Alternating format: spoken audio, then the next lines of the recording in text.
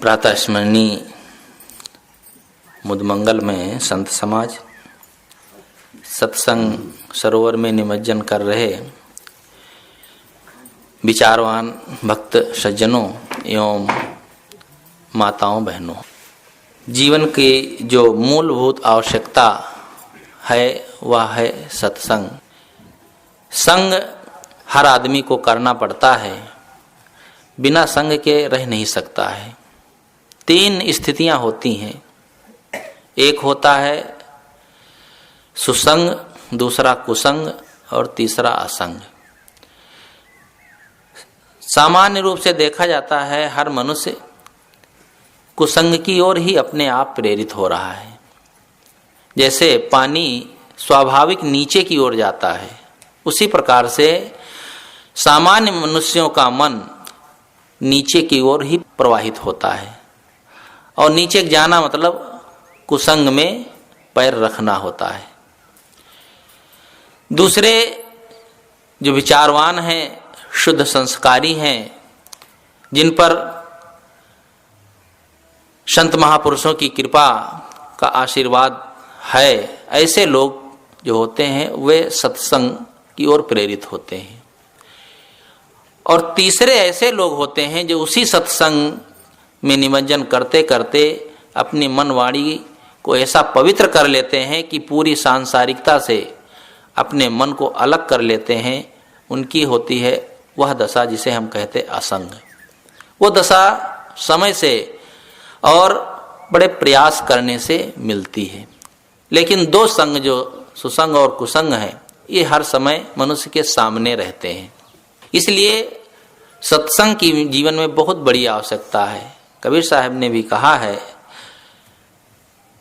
संगत कीजे साधु की हरे और की व्याधि, ओछी संगत क्रूर की आठों पहर उपाधि। संगत कीजिए साधु की, उन्होंने ही कहा है संगत कीजिए हिंदू की, संगत कीजिए ब्राह्मण की, साधु की कहा है।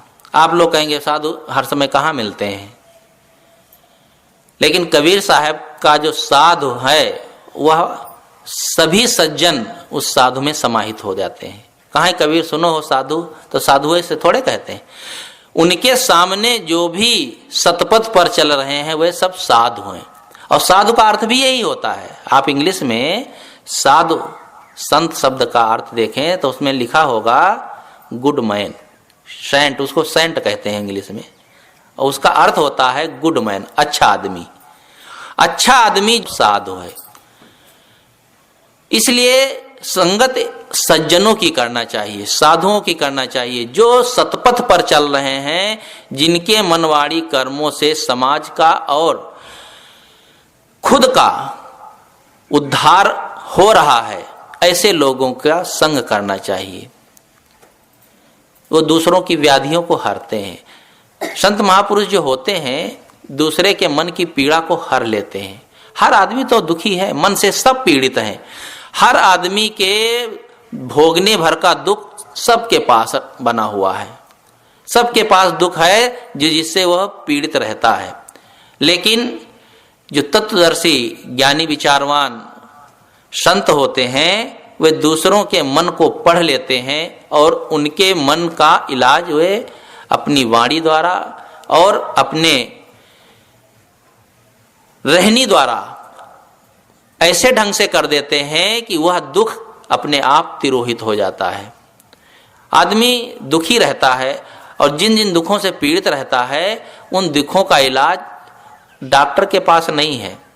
संसार में कोई भी ऐसा संस्थान नहीं है जो इन दुखों का इलाज करता हो। वह सत्संगत ही इलाज है और वहां पर जाकर के हम अपने मन को धो पाते हैं। इसलिए ऐसे सज्जन लोग दूसरों के मन की पीड़ा को दूर करते हैं। कोई आदमी दुखी है, किसी सज्जन के पास जाए तो वो उसको सांत्वना देगा और सतपथ दिखाएगा। सामान्य लोगों के पास अपना दुखड़ा रोएंगे का वाह पाए मजा ना, को बहुत कूद कूद रहे चलते थे, वहां ऐठे ऐठे चलते थे, पैसा हो गया तो देखो आप पता चलेगा। आपकी अवहेलना करेंगे, उपेक्षा करेंगे, घाव पर नमक छिड़कने का काम करेंगे, लेकिन आपके घाव में मलहम नहीं लगा सकते हैं। लेकिन जो सज्जन होंगे, संत पुरुष होते हैं, वे किसी के दुख को देख करके उसे दूर करने का प्रयास करते हैं। इसीलिए कहा गया, संगत की दे साधु की, हरे और की ब्याद, ओछी संगत क्रूर की। जो दुष्ट प्रकृति के लोग हैं उनकी अगर संगत करेंगे आठों पार उपाधि, यानी 24 घंटे उपाधि रहेगी, उससे शांति सुख नहीं मिल सकता है। इसलिए संगत से सुख उपजे, कुसंगत से दुख होए, कहें कबीर तहाँ जाइए जहां अपनी संगत होए। अपनी संगति, इस आत्मा की संगति कौन सी है? वह है शांति की। और ऐसे शांत पुरुषों के पास बैठना उठना, उनसे बातचीत करना, उनके विचारों का आदान प्रदान करना, यही जीवन के लिए महत्वपूर्ण और सुखकारी होता है। आदमी जैसा संग करता है वैसे अपने आप उस पर रंग चढ़ने लगता है। यह नहीं है कि हम संगत कोई दूसरे ढंग की करें और हमारे पर रंग दूसरा चढ़ जाए। रंग वही चढ़ेगा लेकिन उसमें अंतर हो जाएगा। पानी यदि शराब का संग कर लेगा तो शराब के भाव बिकेगा और वह पानी नशीला हो जाएगा। लेकिन वही पानी दूध का संग कर लेगा तो दूध के भाव भी बिकेगा और वही पानी पौष्टिक हो जाएगा। पानी की संगत करने से उसके गुणों में परिवर्तन हो जाता है, उसके स्वभाव में परिवर्तन हो जाता है।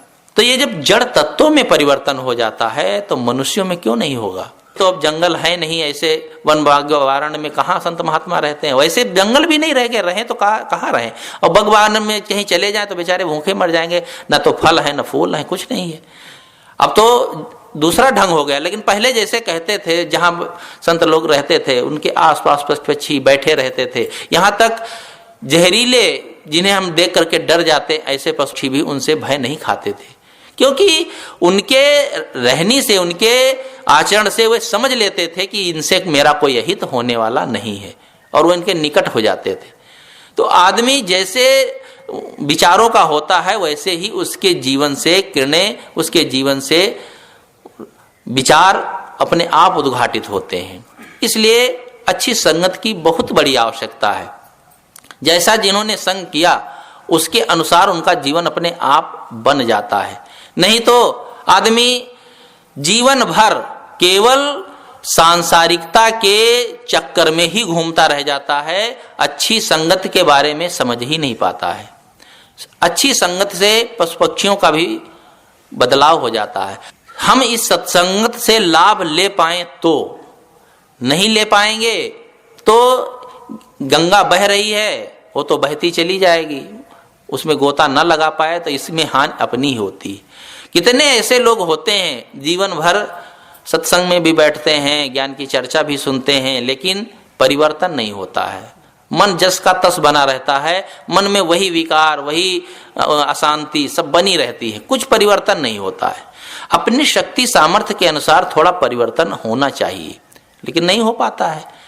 कुछ ऐसे भी होते हैं जिनके जीवन में मूलचूल परिवर्तन हो जाता है।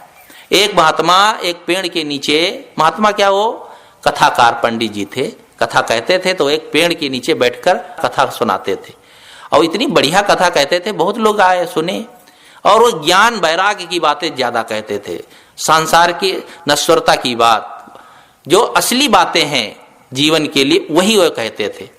लोग आए थे, कोई पूजा चढ़ा देता था, कुछ खाने को दे देता था, उनका जीवन निर्वाह होता था। एक वही चरवाहा कुछ शुद्ध संस्कारी रहा होगा, वो भी 1-2 दिन बैठा तो उसके अंदर ऐसा वैराग उमड़ा, संसार की नश्वरता हम अभी तक समझ नहीं पाए, ये प्राणियों पदार्थों का संगम कब तक रहेगा, ऐसा उसके मन में इस संसार से उपरामता हुई कि वो सब छोड़ छाड़ कर साधु हो गया। 20-25 वर्ष बीत गए, तब उसने सोचा वह जो बैठे बाबा जी कथा कहते थे पंडित जी, वे तो जरूर विरक्त हो गए होंगे, क्योंकि इतनी ज्ञान की बातें जो कहेगा तो उसके मन में प्रभाव पड़ेगा ही। वो घूमते घामते आए तो देखे एक बूढ़े बाबा वहीं के वहीं बैठे, वही कथा सुना रहे हैं। कहा यहाँ एक पंडित जी कहा करते थे कथा, कहा बस वही तो है। कहा इनको कुछ भी परिवर्तन नहीं हुआ। उन्होंने कहा आप कौन? कहा मैं आपकी 2 दिन कथा सुना और मेरे मन में ऐसा बदलाव हुआ, इस संसार से ऐसा मन उठता कि अपने आत्म कल्याण में लग गया, साधु मार्ग में आ गया। तो उन्होंने कहा देखो आपने उन बातों को जीवन में उतारा है, मैं तो इसलिए कह रहा हूं हम तो अपनी जीविका केवल चला रहे हैं, हम उन बातों को जीवन में उतार नहीं सके। सच्चे जो होते हैं वो अपनी सच्ची बात कह भी देते हैं। तो जो परिवर्तन नहीं करना चाहे, मन में बदलाव कैसे आएगा? बदलाव तो कहीं भी आ सकता। कहते हैं, एक कहानी है, समझाने के लिए होती है, कि एक भक्त जा रहे थे सत्संग सुनने, तो रास्ते में एक पिंजड़े में तोता बंद था। तो उस तोते ने कहा, भक्त जी कहाँ जा रहे हैं? कहा, हम जा रहे हैं सत्संग सुनने, हमारे बंदी छोर अमुक आश्रम में रहते हैं। संतों को, अपने गुरु को बंदी छोर कहा जाता है। बंदी जब बंधन से छुड़ाए, कई नाम होते हैं महापुरुषों, गुरु के कई नाम, बंदी छोर, कृपा निधान, जो भी अपने जीवन के कल्याण के शब्द हैं उनको कह करके पुकारा जाता है। कहा, हमारे बंदी छोर यहाँ रहते हैं और वे सत्संग करते हैं, उन्हीं के सत्संग सुनने जा रहे हैं। कहा, तुम बंदी छोर के पास जा रहे हो तो तुम्हारे बंधनों को वे सब। कहा, मेरे क्या, पूरे संसार के बंधनों को छुड़ाने की बात कहते हैं। कहा, अच्छा ये एक बात है, अपने बंदी छोर से पूछा ना कि मेरा बंधन कब छूटेगा, मैं इस पिंजड़े में बंद हूं, मेरा बंधन कैसे और कब छूटेगा? उन्होंने कहा, कोई बात नहीं, पूछ लूंगा। गए, बैठे, सत्संग सुने। चलते समय कहा, गुरु महाराज, एक तोता रास्ते में मिला, पिंजड़े में बंद था, उसने कहा था, मेरा एक प्रश्न है, अपने बंदी छोर से पूछ लेना कि मेरा बंधन कैसे छूटेगा, कब छूटेगा? तो उन्होंने जैसे ही ये बात सुना और आंखें बंद की, वहीं लुढ़क गए। तो उन्होंने सोचा, अरे ये तो बड़ा गजब हुआ, कैसा उसका प्रश्न है, मेरे गुरुदेव ही लुढ़क गए, इनको बेहोशी हो गई। वो घबराया, लोगों ने पानी वानी छिड़का, उनको होश आया। उसने कुछ नहीं पूछा, कहा बस एक बात पूछा तो ये दशा हो गई, तो आगे पूछेंगे तो पता नहीं क्या हो जाएगा, ये तोता बहुत बेकार जीव है। जैसे रास्ते से निकला, तोता ने फिर बुलाया, कहा, मेरा प्रश्न को रखा आपने? अरे कहा, चुप रहो, तुम्हारे प्रश्न की बात करते हो। मैंने जैसे बंदी छोर के सामने तुम्हारी बात कही, वे बेहोश हो गए। तोता ने जैसे ही उसकी बात सुना तो वो भी लुढ़क गया। कहा, यार ये प्रश्न में क्या जादू है, हमारे गुरु भी लुढ़क गए, ये तोता भी लुढ़क गया, अब तो बड़ा गड़बड़ है। घर वाला जानेगा कि तो कुछ उल्टा कर दिया है, तो भगा वहां से। घर वाला घर बाहर निकला, देखा तोता पिंजड़े में उल्टा पड़ा हुआ है। तो सोचा, क्या हो गया, मर गया क्या? पिंजड़े को खोला, खोल कर बाहर रखा तो पड़ा है सिर ढुके। उसको इधर उधर करके पानी वानी छिड़का, लेकिन उठा ही नहीं। और जैसे ही थोड़ा सा हटा, वो फुर से उड़ करके पेड़ पर बैठ गया। बताओ, तोता बात समझ गया, लेकिन वो सदैव सत्संग सुनने वाला व्यक्ति नहीं समझ पाया इन्होंने क्या संकेत किया। उन्होंने यही संकेत किया कि मर जाओ, बस तुम्हारा बंधन छूट जाएगा। कहते हैं, एक मस्त राम लेटे थे, पास में एक मुर्दा पड़ा था। मुर्दा लेटता थोड़े पड़ा रहता है, जिसके जान नहीं होती उसको पड़ा कहते। कहते मिट्टी पड़ी है, लेटी है नहीं कहेंगे, पिताजी लेटे हैं नहीं कहेंगे, पिताजी की मिट्टी पड़ी है। पड़ी कहते हैं क्योंकि उसमें जान नहीं है, जान होते तो कहते वो लेटे हैं। तो मुर्दा पड़ा था और मस्त राम लेटे थे। तो मस्त राम मुर्दे से पूछा, मुर्दा कुछ बतलाओगे? मुर्दे में से मुर्दा बोला, मर जाओ सुख पाओगे। हम तो मर गए, देखो आराम से लेटे, कोई चिंता नहीं। मरने का मतलब नहीं है आंखें बंद कर लिए तो बस हो गया। संसारिकता से मर जाओ, इन भोगों से, जो सुख की चाहना हम कर रहे हैं, इनसे अपने मन को मार लेना। फांसी लगा करके नदी में कूद करके मरना, ये तो खूब वीरता लोग कर ले हैं, इसमें तो बहुत लोग वीर हैं। बस आत्महत्या करने में बड़ी वीरता लोग दिखाते हैं, लेकिन अपने मन को नहीं मार पाते। थोड़ी सी बात हो जाती है तो तेल छिड़क करके मर जाने में बड़ी वीरता है, लेकिन वो थोड़ी सी बात को हम सह नहीं पाते। परिवार में देखा ही जाता है, बस कहीं भाग गए, घर लड़के से कुछ कह दिए, उसके मन का नहीं हुआ, बस घर छोड़कर चला गया। वो उदाहरण आप लोगों के सामने कहता हूँ, सत्य घटना है। लखीमपुर का लड़का था, लखनऊ मिला, एक साथ मेरे और संत थे, वो रिक्शा चला रहा था, बढ़िया खूब सूट बूट पहने, इतना बढ़िया पहने था तो मुझे लगा कि ये रिक्शा चालक तो है नहीं, क्या शौक में चला रहा है क्या? तो उसे पूछा, घर का महाराज, अरे उसकी क्या बात करते हैं? वो बताना नहीं चाहा। मैंने कहा रहने दो भाई। फिर सोचा, यार महात्माओं से छिपाने से क्या मतलब है? लोग सोचते महात्माओं से छिपाएंगे तो कोई मतलब नहीं, और ये कोई रास्ता ही बताएंगे। तो उन्होंने कहा, अरे महाराज मैं कोई गरीब आदमी थोड़े हूँ, लखीमपुर में मेरे 100 एकड़ जमीन है, 2 ट्रैक्टर हैं और मेरे पिताजी प्रिंसिपल हैं। हम कहा, अरे ये सब कुछ होते हुए तुम रिक्शा क्यों चला रहे, बड़ा शौक है क्या? कहा नहीं, घर में एक घटना घट गई, भाई ने हमको बहुत डांटा और मैं सह नहीं पाया, बस चलाया। मैं रिक्शा चला लूंगा लेकिन भाई की डांट नहीं सह सकता। मुझे लगा, अरे यार देखो कैसी नासमझी कि रिक्शा चलाने इसलिए चला आया, नहीं सह पाया कि भाई ने हमें डांट दिया। मैंने अच्छा कहा एक बात बताओ, यहाँ तुम्हारी आरती सुबह होती है कि शाम? कहा आरती? अरे कहा मैं पूछ रहा हूं तुम्हारी से आरती कहीं होती है सुबह शाम? कहा आरती की क्या बात? कहा मैं ये पूछना चाहता हूं कि सुबह से शाम तक तुम्हें कितने लोग डांटते हैं? ए रिक्शा वाले चल इधर आ, और पुलिस वाले कहीं किनारे नहीं खड़े हो तो डंडे लगा देते हैं। सब लोग डांटते हैं, मारते भी हैं, सबकी सह रहे हो, भाई की थोड़ी सी डांट नहीं सह पाए और ऐसे तुनुक किए और चले आए, रिक्शा चला रहे हो। आज से 25 साल पहले घटना, न तब मोबाइल था न कुछ, और उन माता पिता को कितना दुख दिए, बेचारे वो कितना रो रहे होंगे, कितना दुखी होंगे, और तुमको पाले पोसे पढ़ाए लिखाए और उनको कोई खबर ही नहीं, महीना भर से तुम यहाँ रिक्शा चला रहे हो, बड़ा कमाल कर दिए गुस्सा में। तो कहा हाँ महाराज ठीक तो नहीं। हमने कहा ये चले जाओ बेटा, ये बहुत बड़ी गलती है। माँ बाप को दुख देना समझ लो सीधे नरक में इसी जन्म में पैर रखना है। जो माँ बाप अपने आशीर्वाद देते हैं बेटे को वो सुखी रहे, और उन माँ बाप को तुम ऐसा दुख दिए हो, पीड़ा दिए हो, तुम कैसे सुखी रहोगे? रिक्शा चला के तुम बड़े सुखी रहो, महीना भर है कूद काद लो, फिर क्या तुम्हारी दशा होगी? उसको समझाए तो उसके बाद समझ में आई। कहा अच्छा ठीक महाराज, अब मेरी बात समझ में आई, मैंने गलती की, मैं चला जाऊंगा। चला गया होगा कि नहीं पता नहीं बाद में, लेकिन देखो कितनी तुनक होती है। आदमी क्या से क्या नहीं कर लेता, लेकिन मन को नहीं समझा पाता है। इसलिए जीवन में हम अपने आप में बदलाव लाएं। बदलाव नहीं लाएंगे तो कोई जीवन का लाभ होने वाला नहीं है। सत्संग में बैठे रहेंगे, ज्ञान की बातें चलती रहेंगी, एक कान से आएंगी दूसरे कान से निकल जाएंगी, कोई बदलाव नहीं होगा, तो वैसे के वैसे हम बने रहेंगे। इसलिए बदलाव होना चाहिए, जीवन में परिवर्तन होना चाहिए। भटकाव से तभी हम बच सकते हैं जब हम ठीक से समझ रखें, बोध होना चाहिए, सही ज्ञान होना चाहिए। नहीं तो भटकाने वाले जगह जगह हैं, खूब भटकाते रहते हैं। ऐसे ऐसे लोग हैं कि आपको ऐसी चीज बताएंगे, आपके मन में दृढ़ हो जाएगा ये बात तो सही कहते हैं, ऐसा होता होगा। बिना सींग पूंछ की बातें बता बता करके और आपको ऐसे भटकाते रहते हैं। ऐसे लोग होते हैं।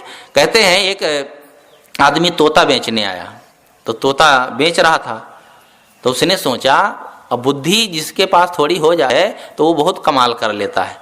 तो उसने तोते के सामने तख्ती पर लिख कर लगा दिया कि हमारा तोता 4 वेद 6 7 18 पुराण, इंजिल बाइबिल कुरान सब का ज्ञाता है, और नीचे लिखा इसका मूल्य 1 लाख रुपए।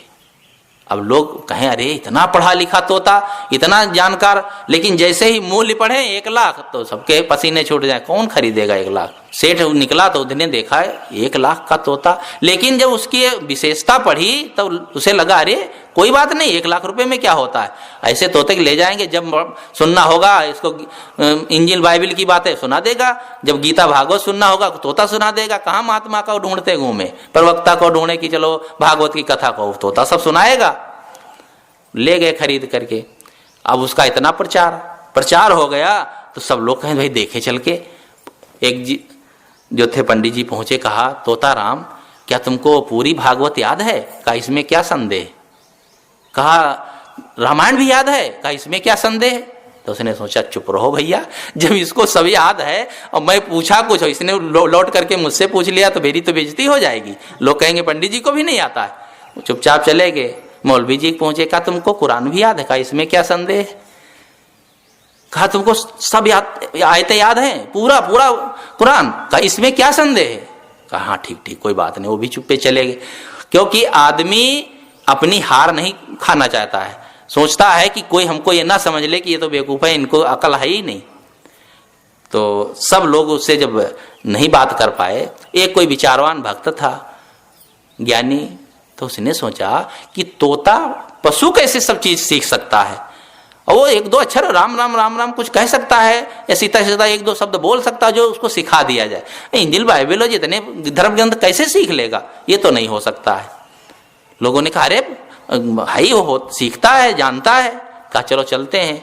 गए, बैठे, कहा तोता राम तुमको सब ग्रंथ याद हैं? कहा इसमें क्या संदेह है? कहा तुमको भागवत का भी सब ग्रंथ है, पूरे श्लोक याद हैं? कहा इसमें क्या संदेह?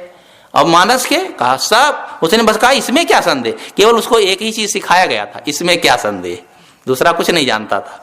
तो उसने सोच लिया कि बस समझ गया इसको कितना याद है। कहा अच्छा चलो नवधा भक्ति के शुरुआत में जो गोस्वामी जी ने कहा है नवधा भक्ति ही सुना दो, कहा इसमें क्या संदेह। अरे कहा चलो गीता का ही एक श्लोक सुना दो, कहा इसमें क्या संदेह। कहा संदेह तुमको नहीं, संदेह हमको है, इसीलिए तो पूछ रहा हूं, सुनाओ। कहा इसमें क्या संदेह। तब उस भक्त ने कहा कि सेठ जी ये तोता भोंदू बसंत है एक अक्षर नहीं जानता, केवल इतना ही जानता, इसमें क्या संदेह। कहा नहीं जानता है। कहा पूछ करके देखो। कहा तोता राम तुमको भागवत नहीं आती है क्या। कहा इसमें क्या संदेह। तुमको मानस भी नहीं आती है। कहा इसमें क्या संदेह। तो क्या मेरा 1 लाख पानी में चला गया। कहा इसमें क्या संदेह।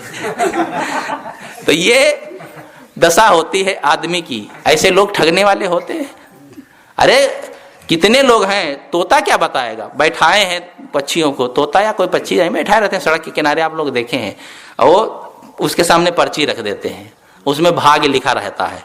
तो कहते हैं तोता को इशारा करेंगे वो पक्षी को, तो वो चोंच से उठा करके बता देगा, और जो दिखा दे बस वैसे ही तुम्हारा भाग्य। अरे उसका भी भाग्य देखो कितना दुर्भाग्य है, बेचारा पिंजड़े में बंद रहता है, खुले आकाश में घूमना चाहिए, वही खुद का दुर्भाग्य है उस पक्षी का, और तुम्हारा भाग्य बताता है। और जो भाग्य दिखा रहा है बैठा वो आदमी, उसका देखो दुर्भाग्य, वहां धूल छान रहा है, दिन भर में 20 रुपया नहीं पा रहा है, उसका अपना भाग्य पता नहीं है, वो दूसरे का भाग्य बता रहा है। पशु पक्षी क्या बताएंगे। इसलिए सत्संग में आकर के ठीक से ज्ञान होना चाहिए, नहीं तो हम भटकते रह जाएंगे, जीवन भर अपने जीवन में कोई लाभ नहीं हो पाएगा। इसलिए सत्संग में जाकर के हमें ज्ञान की बातें सीखना चाहिए, भटकना नहीं चाहिए। भटकाव जब तक बना रहेगा तब तक जीवन में सुख शांति नहीं आएगी, वहीं वहीं हमारा मन घूमता रहेगा। तो ये सत्संग की बातें हमें सीखना चाहिए। एक दूसरे तरफ में ले जाना चाहता था, ये तो मास्टर साहब की बात पर थोड़ी बात याद आ गई। जीवन का जो महत्वपूर्ण अंश है वो है अपना कर्म। हम अपने कर्मों पर ध्यान दें।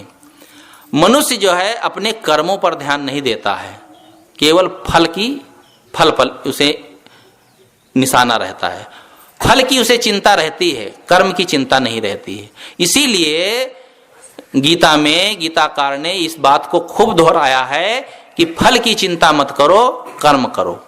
पहले लोग इतने कर्महीन हो गए थे कि कुछ नहीं करना, सन्यासी हो गए तो आग छूना नहीं, आग नहीं छूना तो भोजन बनाना नहीं, बिल्कुल निठल्ले बैठना है, कुछ करना नहीं है, हाथ पैर बटोर करके बैठ जाना, अकर्मण्य हो गए थे। इसलिए गीता में कर्म पर बहुत जोर दिया गया, कर्मशील बनो। आदमी को अपनी शक्ति के अनुसार, बुद्धि के अनुसार कर्मशील होना चाहिए। तो यह है एक कर्म की व्यवहारिक बात। दूसरी है अपने कर्मों को सही दिशा में ले जाना। वैसे जीवन में सामान्य रूप से देखा जाए तो 2 ही प्रकार के लोग कर्म करते हैं, या तो पुण्य करते हैं या तो पाप करते हैं। तो पाप पुण्य करते हैं, ये बात लोगों को समझ में आ जाती है। बहुत लोगों को ये बात समझ में नहीं आती है, आखिर में पुण्य क्या है और पाप क्या है। आप कहेंगे कैसे नहीं समझ में आएगा। अरे किसी को कोई मार रहा है तो वो पाप कर रहा है, किसी को दान दे रहा है या भोजन करा रहा है तो पुण्य कर रहा है। अरे बात तो समझ में आती है, बात सही है, समझ में आती है, और ऐसा करने से बात बिल्कुल स्पष्ट है कि पुण्य और पाप कर्म सामने स्पष्ट होते हैं। लेकिन ये धर्म के क्षेत्र में बड़ा जाल है, इसमें इस तरह से लोगों को फंसाया जाता है कि पाप को भी पुण्य में स्थापित कर दिया जाता है। बलि, कुर्बानी ये क्या किसकी होती है? पेड़ की होती है क्या?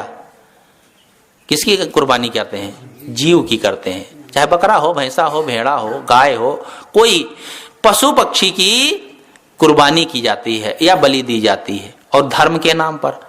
इसमें कोई कहता है, कोई भी नहीं कहेगा कि वो कसाई है, उसने जीव हत्या की है, वो कहेगा ये धर्म का काम किए हैं, इनको बलि दी गई है, देवता के नाम पर, भगवान के नाम पर या देवी के नाम पर। ये खूब चलता। सौभाग्य है कि ये हिंदू परंपरा में या भारतीय परंपरा में बहुत बुद्धि शुद्ध हुई है कि इसका बहुत निषेध हुआ है, बहुत कम हुआ है। लेकिन इस्लामी परंपरा में तो अभी उनकी बुद्धि पर वैसे पत्थर पड़ा है, कुछ भी परिवर्तन नहीं हुआ है। हजारों बकरे बकरीद के दिन काट दिए जाएंगे, और काबा और वहां जाते हैं जो मक्का मदीना, वहां तो कितने ऊंट काट दिए जाते हैं। वहां पर इसमें कोई परिवर्तन नहीं हुआ है। आदमी ये नहीं सोचता है कि जीवों का वध करके हम एक तरफ तो ये कहते हैं कि दुनिया के सभी प्राणी भगवान की संतान है, परमात्मा की संतान है। तो कौन से परमात्मा की हैं? हम लोग परमात्मा की संतान है, वो बकरा जो है कोई दुष्टात्मा की संतान है जो परमात्मा कहता है जाओ उसको काट डालो। एक बाप हो और एक बेटे से कहे कि जाओ बेटा छोटे भाई को मार डालो, कि भाई वो तो कमजोर है बेचारा, वो कुछ कर नहीं सकता है, तो उस बाप को क्या कहेंगे? अरे वो बाप क्या पूरा सांप है? जो अपने ही जन्माए बेटों से दूसरे, एक बेटे से दूसरे को मरवाए, तो क्या उसे कहेंगे? क्या ऐसा कहीं होता है? लेकिन यह हमारी अपनी बनाई हुई करतूत है। ये अपनी जबान जब लपलपाती है ना, जिस मनुष्य की जबान जैसी होती है वैसे लपलपाती है, वैसे ही करता है सामान्य। अरे जिसको बहुत तेल मसाला खाना होता है तो डाल देता है, जिसको जैसा खाना पीना होता है वैसे तो बनाता है। जिसको मांस खाना है तो मांसाहारी हो जाता है, जिसके मांसाहारी है उसके देवी देवता मांसाहारी, जो शाकाहारी है उसके देवी देवता भी शाकाहारी है, उसके देवी देवता भी वैसे ही होते हैं। आदमी वैसे ही करता है जैसी उसकी अपनी इच्छा होती है। मुझे एक बहुत छोटी सी बात याद आई। एक महापुरुष हैं विशाल साहब बाराबंकी में, उनकी सेवा में एक महात्मा थे, थोड़ा कम बुद्धि के थे लेकिन उन खाने पीने में बड़े शौकीन। तो वो एक गाढ़ी गाढ़ी खूब दाल बनाते थे, उनको गाढ़ी दाल पसंद थी और साहब को पसंद थी पतली दाल। वो दाल खाते नहीं, उसी दाल को पी लेते थे। वो रोटी अलग से खाते, सब्जी अलग से, भात अलग से, और दाल को पी लेते। इस तरह से उनका खाने का अपना ढंग था। तो कहें पतली बनाया करो भैया, तो कहें साहब हाँ चाहिए रहा लेकिन पानी नहीं रहा है। तो कहीं पानी ले आए हो तो कहीं कुआं पर गए तो वहां रस्सी नहीं रहा है, तो कहीं रस्सी मांग लेते हो। तो कोई रस्सी कहाँ से मांगी साहब, वहां कोई दिखा नहीं। कहीं देखो बहुत बहाना ना बनाओ, ये कहो कि हमें गाड़ी पसंद है इसलिए तुम गाड़ी बनाते हो। ये उदाहरण इसलिए मैंने कहा कि आदमी के मन में जो भावना होती, जैसी उसकी पसंद होती है, विचार होते हैं, वैसे ही वो काम करता है। हमको चाहिए कि जीवन में वह काम करें जिससे जीवन सुखद हो। हमारे मन वाणी कर्मों से किसी भी प्रकार से किसी भी प्राणी का अहित न होने पाए, ये समझ लो सच्ची भक्ति और सच्ची साधना, सच्चा ध्यान चिंतन कुछ भी कह लें, यही है। उसके बाद आप कैसे जीवन जीते हैं, क्या करते हैं, कौन से देवी देवता भगवान की आराधना करते हैं, ये आप पर निर्भर करता है। लेकिन आपके जीवन से यदि किसी भी प्राणी को कष्ट हो रहा है तो आप चाहे जितने बड़े धार्मिक हो, वो धार्मिकपना सब व्यर्थ ही होती है। इसलिए कर्मों का सुधार, तो मैं ये कह रहा था कि पुण्य और पाप कर्मों को भी समझना चाहिए। पाप पुण्य कर्म कोई दूसरा करवाता है, ये भी एक हमारी धारणा उल्टी है। कोई दूसरा क्यों करवाएगा? जो हम मन में भावना होती है वैसे ही हम वैसे विचार रखते हैं, और जैसे हमारे विचार होते हैं वैसे हम कर्म करते हैं। कर्म प्रधान विश्व रच राखा, जो जस करे सो तस फल चाखा, गोस्वामी जी ने इस पर मोहर लगाई। लेकिन हम सोचते हैं कि जो ऊपर वाला चाहेगा वैसा हो जाएगा।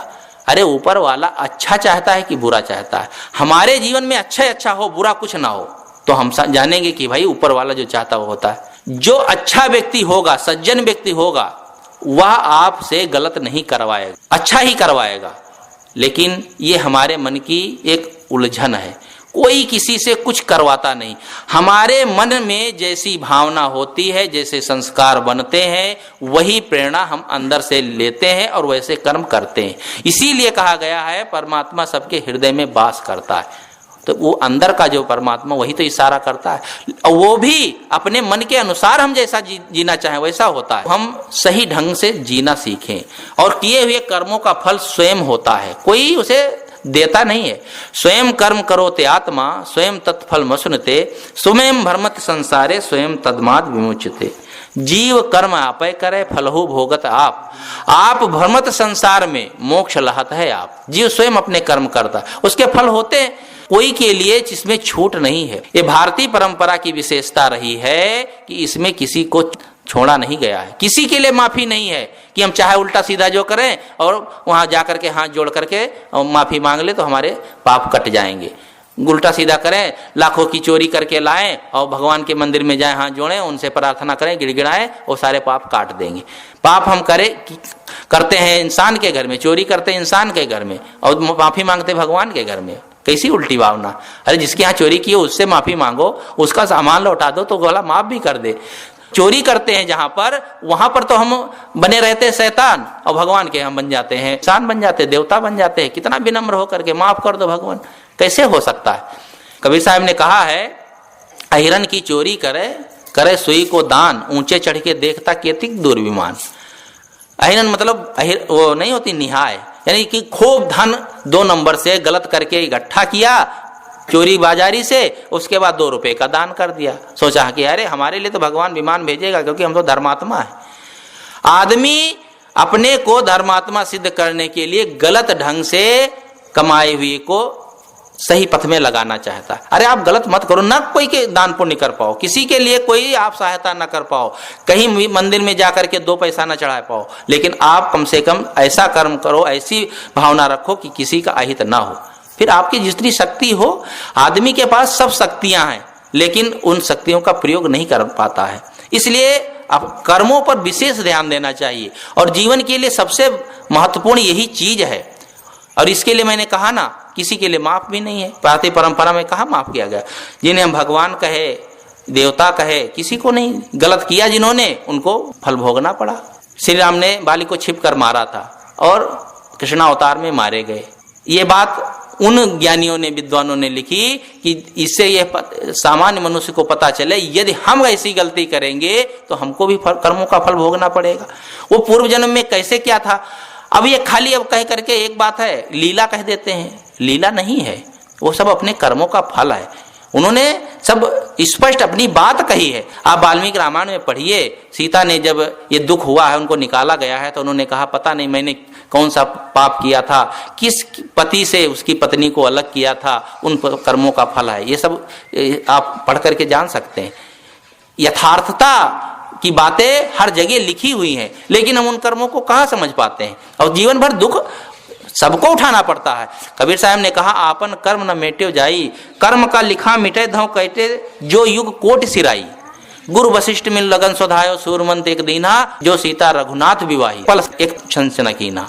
भगवान को जो सीता ब्याही गई, उनको भी अपने कर्मों का फल भोगना पड़ा, उनको भी जीवन में कहीं शांति नहीं मिल पाई। ये सबके लिए है। इन बातों को, इन चीजों को, इन ज्ञान की बातों को जीवन में इसलिए आचरण करना चाहिए, इसलिए ध्यान रखना चाहिए कि हम छूट नहीं सकते हैं। जब कोई नहीं छूटा है अपने किए हुए कर्मों के फल से, तो हम कैसे छूट सकते हैं? आज नहीं तो कल उसका फल तो निश्चित है। सारे कर्मों का फल तुरंत होता भी नहीं। कितने लोग कहते हैं अरे वो तो लाखों रुपए कमाता 2 नंबर से, और कितना चोरी घूसखोरी करके कमाया कितना। अरे उसका जब फल आएगा तो वो जेल में जाएगा। करे रहो घोटाला, जेल में जाओगे तो पता चलेगा। उल्टा सीधा, ये चाहे कोई राजनेता हो चाहे धर्म नेता हो, सबके लिए वही नंबर आना है। आज नहीं तो कल, नहीं तो इस जन्म में छुट्टी पा गए, बच गए, तो अगला जन्म भी तो होना है, उसमें भी नंबर आएगा, कहीं तो आएगा। कर्मों का फल अपने समय से होता है। आप खेत में गेहूं बोए तो 3-4 महीने में होगा, गन्ना बोए तो साल भर में होगा, आम का पेड़ लगाए तो 2-3 साल में आम आता है। लेकिन आग में हाथ डाल दें तो तुरंत हाथ जल जाता है। तो कुछ कर्मों का फल तुरंत होता है और कुछ कर्मों का फल होता है देर में, लेकिन उन कर्मों का फल स्वयं भोगना पड़ता है। इसलिए सही कर्म करना चाहिए।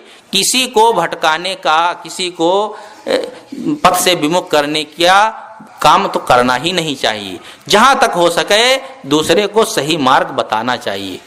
ऐसे लोग होते हैं स्वार्थ में पढ़ करके, लोलुपता में पढ़ करके गलत करते हैं, और गलत करते हैं जब उसका फल मिलता है तब वो चिल्लाते। कहते हैं, एक ग्वाला थे, दूध बेचते थे। अक्सर यह परंपरा यादव वंश से चली आ रही है कि दूध बेचने का काम, जानवर पालने का, भैंस गाय पालने का काम वो यादव वंश के लोग करते आ रहे हैं। तो जो ग्वाला थे, यादव जी दूध बेचते थे, बड़े अच्छे थे। वे दूध में पानी नहीं मिलाते थे, पेवर दूध बेचते थे। लोग उनके प्रमाणित दूध को प्रमाणित मानते थे और पूरा का पूरा पैसा देते थे। उनकी जो पत्नी थी उसको कुसंग पड़ गया। कहा कि तुम्हारे पति इतने दिन से दूध बेचते हैं और तुमको इतना भी नहीं होता है कि एक जेवर बनवा सकें। आदमी के मन में जब बात ऐसी आ जाती है तो वो निश्चय कर लेता है कि हमको ऐसा करना है। उसने सोचा कि बात तो सही है, जो लोग कह रहे हैं अपनी हमारी सखियां तो बात तो सही कह रही। अरे कम से कम जीवन में जब कोई गहना नहीं और कुछ आभूषण भी ना हो तो जीवन कैसा है। और आदमी के अंदर गलत कर्म करने की जो प्रवृत्ति होती है, मन में वो भावना बनती है, तो गलत कर्म करने के लिए वह तत्पर हो जाता है। उसमें उसको क्या फल होगा, फल की चिंता नहीं करता है। फल की चिंता करे तो गलत कर्म ही क्यों करेगा। तो उसने कहा देखो भाई अपने पति से कि देखो ज्यादा हरिश्चंद्र मत बनो, थोड़ा दूध में पानी मिला लिया करो, पैसा थोड़ा ज्यादा हो जाए तो हमारे लिए गहना बनवा दो। कहा अरे पानी मिलाएंगे तो लोग कहेंगे देखो ये पानी मिलाते हैं और मेरी प्रामाणिकता नष्ट हो जाएगी। कहा तुम देखो प्रामाणिकता अलग रखो और तुमसे ना हो तो ये काम मैं कर दूंगी। तो कहा तुम जानो तुम्हारा काम जाने, लेकिन मैं ये नहीं कर सकता हूँ। कहा ना करो तुम, चलो हरिश्चंद्र बने रहो। कहा देखो जितना मैं पानी मिलाऊंगी उतना पैसा मैं रखूंगी। तो क्या करे 10 लीटर दूध तो 2 लीटर पानी मिला दे, तो 2 लीटर का पैसा वो रखे। ऐसे धीरे धीरे करते करते खूब पैसा जब हो गया तो उसने जा करके गहना बनवाया। तो गहने कई प्रकार के होते हैं, नाक के होते हैं, कान के होते हैं। तो नाक का गहना बनवाया। और ये प्रवृत्ति होती है माताओं में खास करके, वे यदि गहना पहने हैं या कोई साड़ी पहने, कोई पूछे ना ये साड़ी कितने की है, ये गहना कहाँ से बनवाया, कौन दिया, मैके से आवा, कोई पूछे ना तो समझ लो उनका पहनना बेकार। क्योंकि वो अपने लिए थोड़े पहना जाता है, पहना जाता है दूसरों के लिए। लेकिन नाक हम पहने कहाँ दिखाई देता, नाक का गहना दिखाई देगा कहीं नहीं, गले का भी नहीं दिखता है। वो तो गले हर समय थोड़े देखते, वो दूसरों के लिए होता है। जितने भी आभूषण हैं वो दूसरों को दिखाने के लिए है। तो कोई पूछे ना तो पहनने बेकार। एक गांव में एक महिला थी, तो वो बहुत स्वाभिमानी कहो चाहे अहंकारी कहो, उससे बात ना करे, उससे हाल चाल ना पूछे तो बहुत नाराज हो। तो उसने एक दिन हाथ का गहना बनवाया। पहले क्या पहनते थे आप लोग, टेड़िया या क्या कहते थे, यहाँ पर पहनते थे। तो उसने बनवाया, बनवा करके गांव भर में घूम आई और अपना कपड़ा ऐसे उठा करके कि गांव वाले सब देखें। सब ने देखा लेकिन उसके गहने की कोई बात ही नहीं किया। तो उसे इतना गुस्सा आया कि लगता है सब ईर्षा हमसे करते हैं, अरे मैंने बनवाया है कोई पूछता भी नहीं है। तो उसने अपने झोपड़े में आग लगा दी, मारे गुस्सा में आग लगा दी, आग जलने लगी। तो सब लोग बुझाने आए, तो हाथ उठा के कहा उधर से बुझाओ, उधर से बुझाओ। तो गहना चमका जब, तो एक दिन कहा अरे भक्ति ने ये गहना कब बनवाया, ये टेड़िया कब बनवाई। कहा नास काटे पहले पूछ लिए होते तो ये आग हम क्यों लगाते इसी को दिखाने के लिए तो हमने आग लगाई। तो ये मन में होता है। तो उसने जब बनवाया तो नाक का गहना बनवाया, गांव भर में घूम आई, कोई पूछा नहीं। वो इस दिन पर्व था, पास में नदी बहती थी, वहां नहाने गई। वहां मछलियां तो होती हैं नदियों में। नहाई, डुबकी जैसे ही लगाया, एक मछली देखा कुछ चमक रहा है, तो उसने खाने की चीज है, तो इतने जोर से पकड़ा कि वो गहना तो निकल ही गया, उसके साथ साथ में जो नाक थी वो भी फट गई। अब वो चिल्ला करके बाहर निकली। तो सखियों ने कहा कि क्या हो गया।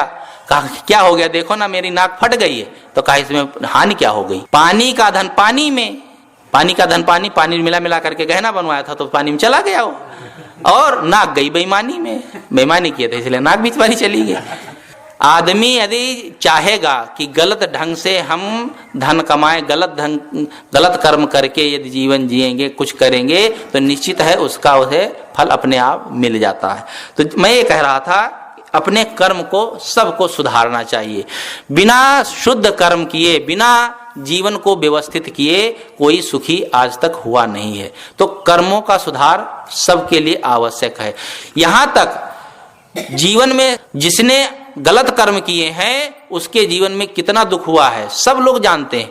आज के जमाने में ये सब बहुत देखा जाता है। गलत कर्म नहीं कहा जाता है, आदमी के अंदर ऐसी एक वो सवार हो जाती है मन में भावना कि हम जो कर रहे हैं सही ही कर रहे हैं। लव मैरिज लोग करते हैं, देखा जाता है 90% ये टूट जाते हैं, क्योंकि इसमें भावुकता होती है। भावुकता में लोग ऐसा उलझ जाते हैं। अगर उनके घर के परिजन स्वजन समझाएं बुझाएं कि ऐसा मत करो, ढंग से विचार पूर्वक काम करो, तो नहीं सुनते हैं। एक भक्त की लड़की थी, बहुत समझदार, पढ़ने में भी और बढ़िया गा लेती थी। हम लोग जाएं तो लगे कि ये तो कोई बहुत समझदार संस्कारी है, लेकिन एक कुसंग पड़ा ऐसा कि एक ईसाई लड़के के संग उसने लव मैरिज किया। हमने समझाया ईसाई के यहाँ मांस खाया जाता है। कहा चाहे मांस खाना पड़े चाहे कुछ करना पड़े, मारे जोश में कहा हम जाएंगे तो उसी के साथ जाएंगे। कहा तुम हिंदू में या कोई शाकाहारी किसी के यहाँ जाओ, हम नहीं जात पात बहुत मानते हैं, लेकिन ईसाइयों के यहाँ जाओगी तो दुख पाओगे। समझाया लेकिन वो मानी ही नहीं, बहुत समझा बुझा के चले आए लोग, क्या करें। जब थोड़े दिन रहते हुआ तो वहां तो मांस पकता है, मांस खाते हैं वो लोग, कहा मांस खाना पड़ेगा।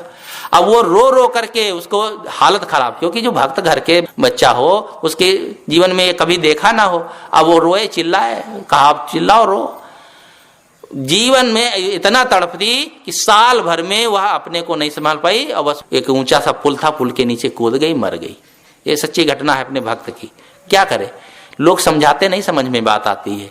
क्योंकि अब जो संस्कार हैं, संस्कारों के विपरीत जब कहीं ऐसा संग पड़ेगा तो आदमी कैसे सहेगा। लेकिन जो सज्जन हैं, हितकारी लोग हैं, हितैषी लोग हैं, उनकी बात हम नहीं मान पाते हैं। तो गलत कर्म करने का फल सबको भोगना पड़ता है। यही दशा मैंने बीच में कहा था कि जीवन में किसी प्राणी को यदि दुख देंगे तो उसका बदला इस जन्म में नहीं तो अगले जन्म में, और नहीं तो इसी जन्म में भी आता है। जो गल काटे आन को आपन ले कटाए, तुलसी या संसार में बदला कतहु न जाए। ये आदमी सोचता है कि चाहे जैसे करते रहो, कौन देखने वाला है। एक आदमी मांसाहारी था, मुर्गा लाता था, मुर्गा ला करके घर में काटता था, और उसके 3 बच्चे थे छोटे छोटे, एक 6 साल का, एक 4 साल का, एक 2 साल का, छोटे छोटे बच्चे। तो वो जो 6 और 4 साल के बच्चे थे वो देखते थे, जो मुर्गा को काटते थे गले से तो तड़फड़ाता था। तो बच्चे समझे इसको मजा आ रहा है, ये कूद रहा है तो इसको बड़ा आनंद आ रहा है। उसको बच्चों को क्या पता इसके गले पर छुरी चल रही है तो इसको कष्ट हो रहा है। एक दिन बड़े बच्चे ने कहा, मंझले वाले से कहा, भैया तुम लेटो, तुम्हारे इस गले पर रेंगेंगे तो तुमको बड़ा आनंद आएगा। कहाँ ले आओ। छत के ऊपर चले गए, जा करके बड़ा लड़का छुरी से उसके गले पर रगड़ा, चरस गला कटा तो चिल्लाया। तो कह रहे चिल्लाओ मत, अभी आनंद आएगा, बढ़िया मजा आएगा। और बस उसने जोर से छुरी रगड़ दी और जोर से चिल्लाया। नीचे माँ थी, वो 2 साल के बच्चे को नहला रही थी गर्म पानी से। उसने सोचा जब इतनी जोर चिल्लाया तो कोई बात है, दौड़कर ऊपर जाती तो देखती है कि वो गले पर छुरी रगड़ रहा है। जोर से डांटा तो बेचारा भयभीत होकर के भागा सामने सीढ़ी की तरफ। तो माँ थी, क्या करे, ऊपर 2 मंजिल से नीचे कूद पड़ा, सिर नीचे, बस तुरंत सिर फट गया। बड़ा वाला लड़का भी मर गया तुरंत। चिल्ला करके उसको उठाई, तब तक देखा उसकी जान नहीं है। थोड़ी देर चिल्लाती रही, रोती रही, सब गांव वाले इकट्ठा हुए। तो उसे याद आया कि छोटे बच्चे को तो नहला रही थी बाथरूम में। उसको लेने गई तो देखा वो बच्चा वही टब में गर्म पानी में छप छप करके उलट गया, उसका सिर नीचे, वो भी डूब गया। कुछ मिनटों में तीनों बच्चों से वो परिवार हाथ धो बैठा। तब तक उसका जब पति आया तो वो भी रोने चिल्लाने लगा। आप रोते चिल्लाते क्यों हो, लाओ मुर्गा काटो ना इन बच्चों के सामने। ये बच्चों को ये वही चीज देख करके ये दुर्दशा हुई। और फिर किसी दूसरे जीव का गला काटोगे तो क्या अपने बच्चों पर नौबत नहीं आएगी? तब वो पछताता है। तब पछताए होत का जब चिड़िया चुग गई खेत। आदमी के ऊपर जब कष्ट आता है तब सोचता अब हम ठीक चलेंगे, पहले से ही सही मार्ग में क्यों नहीं चलते हो। इसलिए कर्मों का सुधार हर व्यक्ति को करना चाहिए। तो मैंने अपनी बात शुरू की थी कि जीवन में कर्मों का बहुत बड़ा महत्व होता है। जैसा हम कर्म करते हैं उसका फल भोगना पड़ता है। इसलिए सही कर्म करें। जीवन में जो कर्म करेंगे तो आज नहीं तो कल उसका फल प्रतिफल मिलेगा। ये बात अकाट्य है। आप लोगों को नहीं कहानी सुनाते हैं, दोहराने की जरूरत नहीं है। सुभान मियाँ की कहानी, वो टट्टी करते हुए बेर खा रहे थे तो अपने मुंह से कह दे, बेस्या से कह दिए, अरे तुम क्या कहोगी, टट्टी करते हुए बेरे तो खा रहे थे। कहानी तो आप लोग सुन चुके हैं, उसको दोहराना नहीं। तो उनके मुंह से ही निकल गया। वो नहीं जानती थी कि ये मियाँ जी बेर खा रहे थे टट्टी करते हुए, लेकिन उनके मुंह से निकल गया था। क्यों?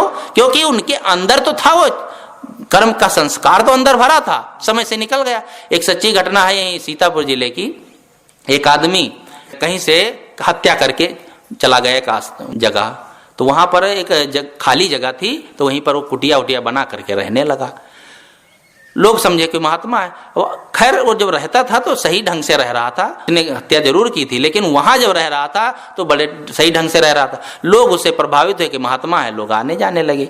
वो कुटिया बना लिया। फिर उसके मन में हुआ ये तो मैंने गलती की जो की, लेकिन अब सही ढंग से जीवन जिएंगे।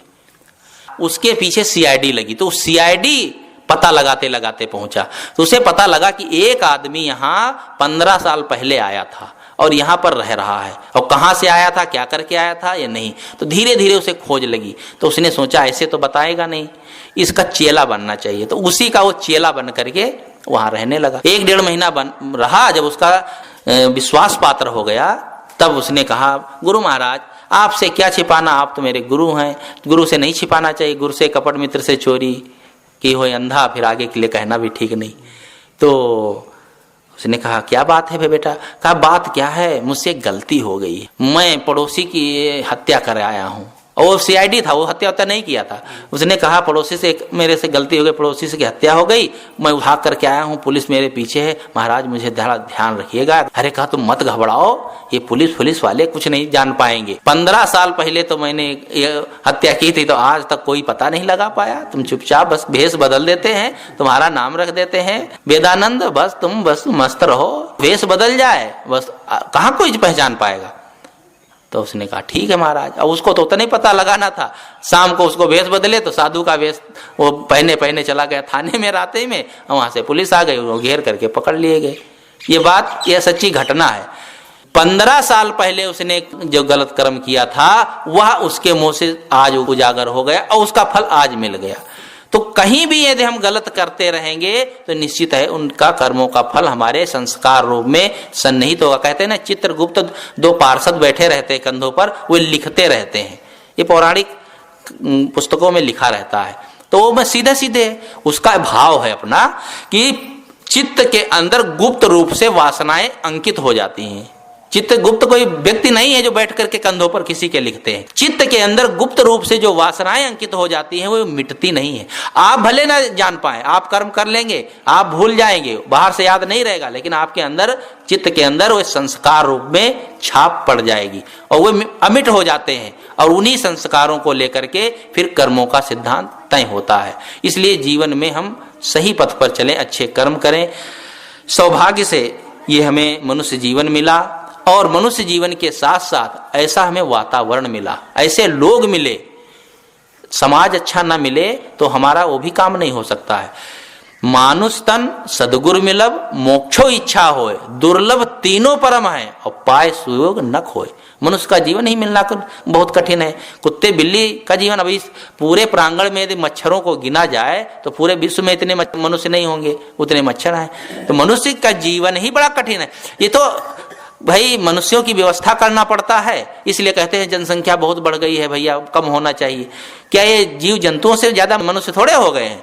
लेकिन मनुष्यों की गिनती होती, जनसंख्या तो मनुष्यों की गिनी जाती, मच्छरों को कौन गिनता है? अन्य पशु पक्षियों को कोई गिन सकता है? अगणित है। लेकिन वह भी मनुष्य जीवन आज मिला।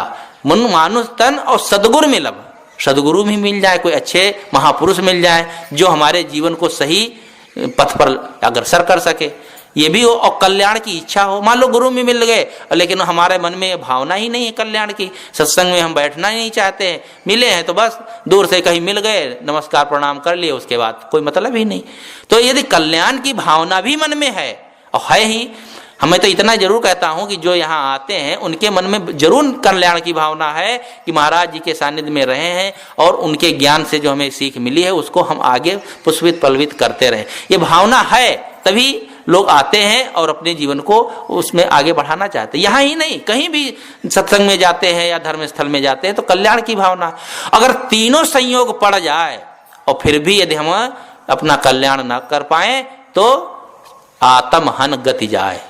गोस्वामी जी ने कहा ना, आत्म हन गति जाए, मानो अपनी आत्मा का ही हम हनन कर रहे हैं, अपना कल्याण यदि नहीं कर पा रहे हैं ये सारी योग्यताएं पा करके, तो हम समझ लो बहुत पाप के भागी होंगे। उस पाप के भागी ना हो, इसके लिए हमें चाहिए कि अपने जीवन को शुद्ध करें, पवित्र करें और सही ढंग से जीवन जिए, अच्छे कर्म करें।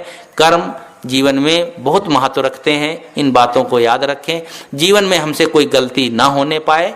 वैसे छोटी मोटी तो गलतियां हो जाती हैं, वो बात अलग है। छोटी मोटी गलतियां जो है वो उतना दुख नहीं देती हैं जो भयंकर कर्म करते हैं जानबूझ करके। आप चल रहे हैं, आपके पैर के नीचे चींटी पड़ जाए, आप जान गए वो मर गई, लेकिन आपको इतना दुख नहीं होगा। लेकिन आपने जानबूझ करके मच्छर को मारा, मन में भावना नहीं आती है। बैठते हैं मच्छर है थवा थवा मार रहे हैं, इधर मार रहे हैं उधर मार रहे हैं, लगता है कि मच्छर के काल वही खुद हो गए। अरे मच्छर तो बेचारा वो जानता नहीं, वो अपनी प्रकृति में जी रहा है, उसको तो खाना पीना है, वो नहीं जानता कि तुमको काट करके कष्ट दे। कहते हो तो कष्ट देता है, दुख देता है। अरे वो क्या दुख देता है, उससे ज्यादा तो तुम दुख दे रहे हो, उसको जीवन लीला ही समाप्त कर दिए। अरे आपका तो एक बूंद खून ले लेगा बेचारा, आपका तो फिर हो जाएगा, लेकिन उसके पास मार देते हैं। माताएं अब तो नहीं, अब तो सब समझदार हो। देखा था एक माता आगे बैठे एक पीछे, उसके सिर से जू निकालें और अपने नाखून पर धर के ऐसा दबाएं, लेकिन एक ही बार में काम तमाम। लगता उसे पत्थर रख दिया गया है, और खाट में कहीं खटमटल हो जाए उसको झाड़ के रगड़ देते थे पैर से। लेकिन ये सब बहुत कुछ सुधार हुआ है। वो हो सकता है ऐसा कोई नासमझी बस करता हो, तो ये सब कुछ नहीं करना चाहिए। सब प्राणियों में अपनी